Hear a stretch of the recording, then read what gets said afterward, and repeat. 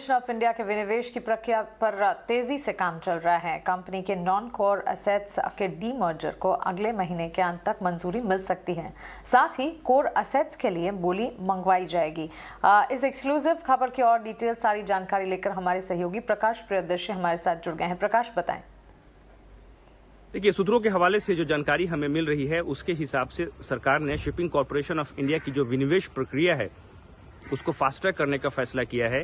और जहां तक कंपनी के नॉन कोर एसेट्स के डिमर्जर का सवाल है, इस पर सरकार की तरफ से जो आखिरी मंजूरी है वो अगले महीने के अंत तक मिल जाएगी। इसकी प्रक्रिया जो है वो शुरू कर दी गई है। सूत्र हमें बता रहे हैं कि मिनिस्ट्री ऑफ कॉर्पोरेट अफेयर्स ने डिमर्जर को अंतिम मंजूरी देने की जो प्रक्रिया है उसकी शुरुआत कर दी है। और उसके बाद कंपनी की जो नॉन कोर एसेट्स है उसको एक अलग एंटिटी के तौर पे लिस्ट कराया जाएगा। जैसा कि आपको पता है कि पब्लिक सेक्टर कंपनियों के मामले में अगर डिमर्जर की स्थिति बनती है तो एमसीए ही लीगल अथॉरिटी है। उसके मंजूरी के बाद आगे की प्रक्रिया जो है वो शुरू होती है।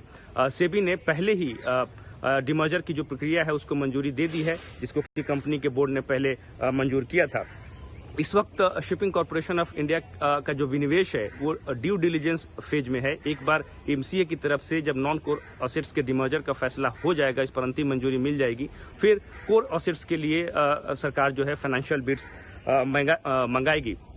सूत्र हमें भी बता रहे हैं कि अगले वित्त वर्ष के लिए एससीआई का डाइवेस्टमेंट जो है वो सरकार के प्रायोरिटी लिस्ट में है। और पार्लियामेंट को इस बात की जानकारी भी दी गई है कि एससीआई के मामले में सरकार को कई एक्सप्रेशन ऑफ इंटरेस्ट जो है वो मिले हैं। एससीआई के अलावा अगले वित्त वर्ष में सरकार के एजेंडे में बीईएमएल, बीपीसीएल, एचएलएल जैसी कंपनियां हैं जो कि विनिवेश के लिए प्रायोरिटी लिस्ट में है। और उम्मीद ये की जा रही है कि वित्त वर्ष 2023 में इनका विनिवेश जो है वो पूरा हो जाएगा।